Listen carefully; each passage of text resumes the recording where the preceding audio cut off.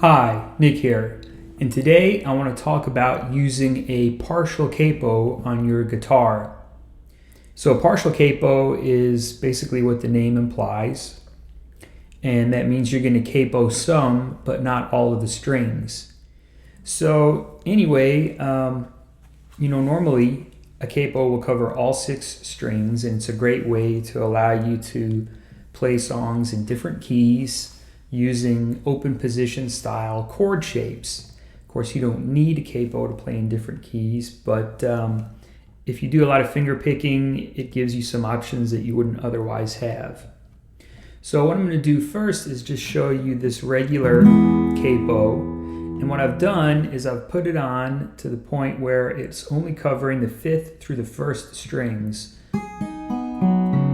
So that low E, the 6th string, is going to be open. It's not covered by the capo. So this is just a regular capo, but I'm sort of using it outside the box. And I've seen a lot of sort of folk guitar players do this. You see it up here when you're playing in the key of E in the 4th position, and then if you had the capo on the 2nd fret, you'd still be in the key of E, but this lets you have a capo that gives you something similar to drop D. And so basically what we're doing is we're covering everything but the 6th string down here as well.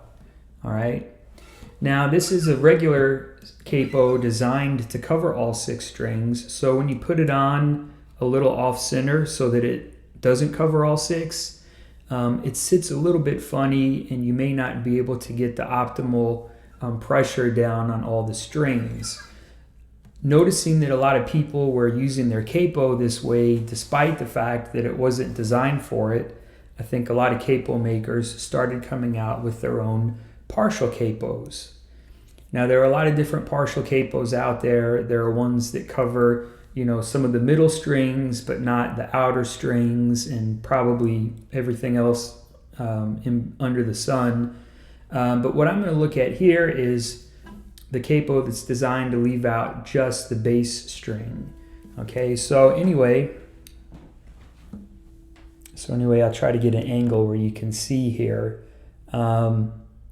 Here is the regular capo. It's designed to cover up all 6 strings. Here is the partial capo, which is designed to cover only 5 strings. As you can see, the rubber piece on this is a little shorter than the regular capo, and that leaves the space to let the 6th string, in this case, ring out open. So the capo is only going to cover the 5th through the 1st strings. So let's look at a couple popular ways that you can use this capo, which is sometimes called the drop D capo, because that's what you get when you put it on the 2nd fret, is something similar to drop D. So if you put the capo on the 4th fret and you're in standard tuning, you can play the C-shaped chord, which is actually going to be E, and now you have the 6th string open, which is that low E in the bass. So that's pretty nice. Now one thing about partial capos is that whenever you're playing a chord and fretting a note above the capo, it's going to be normal. So if we wanted to play an A chord using this F shape, because that's what it would look like in the 1st position, we just play it normally. We don't have to move our finger and adjust for a different 6th string note, because whenever we fret a note above the capo, the chord's going to look the same.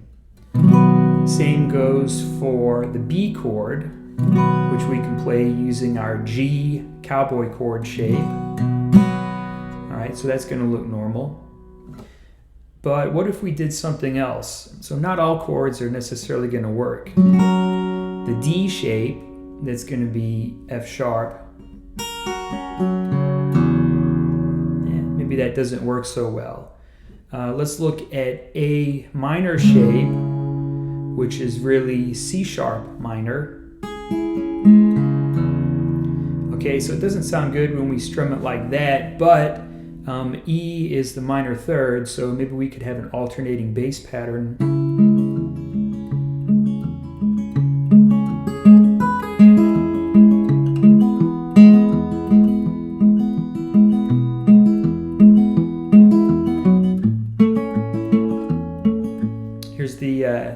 A chord, what we can do is take our first finger on and off the 6th string while still kind of keeping pressure on the 1st and 2nd strings. That'll give you an alternating bass. Try that again.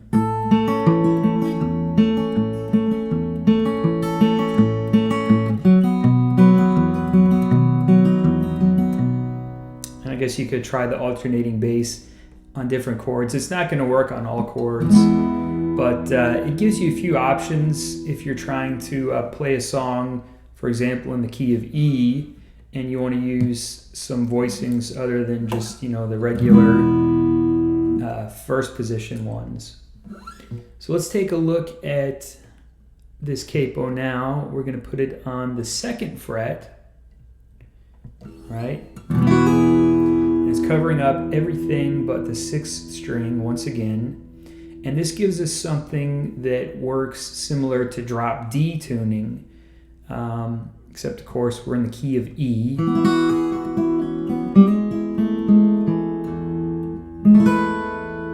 There's some real nice options that you get here.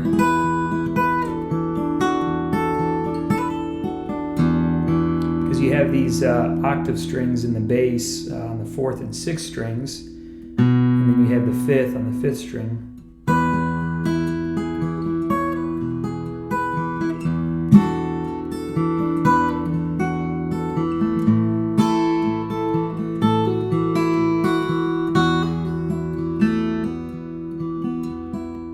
So anyway, this capo, when you're using it on the 2nd fret, you do get a lot of the advantages of a tuning like drop D, but you'll notice that when you play chords again where you're fretting a note on the 6th string above the capo, you don't have to compensate for a lower tuned string like you do with drop D.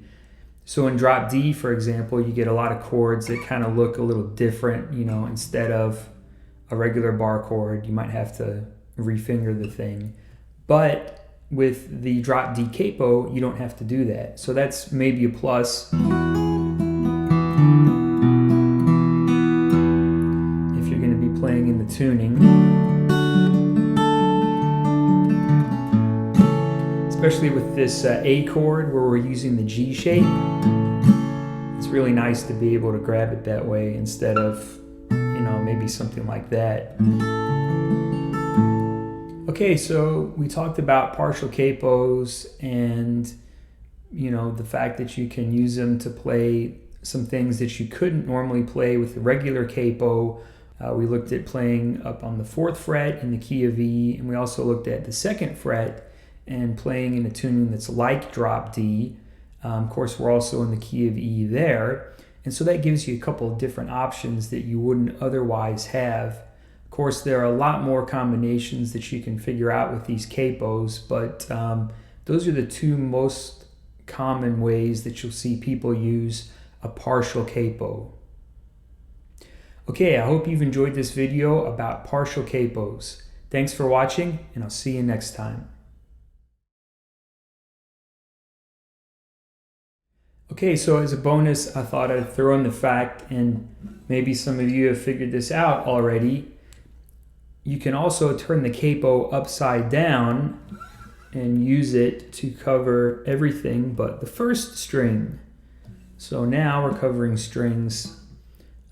This will give us kind of an F♯7 type of a chord. We're covering strings 6, 5, 4, 3, 2, but not the 1st string.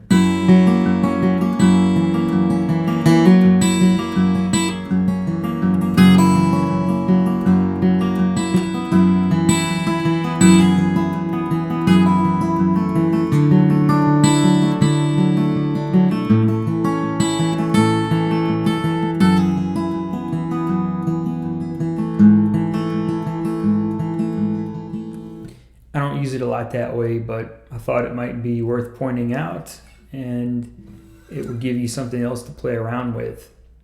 I guess something else that I could mention too is that, okay, so we talked a little bit about playing in the key of E. let's do this now. So let's say for some reason, maybe you're a singer-songwriter and you're trying to sing a song and it's working really well in F sharp for you, okay? So what you can do is put a capo on the 2nd fret. That gives you F sharp in the bass. So before we were in the key of E, that was on the 4th fret. Move it up 2 frets, and then you can play F sharp with your root on the 5th string at the 9th fret using the C chord shape that you would use in the open position. And again, the rules about fretting notes normally above the capo will also apply.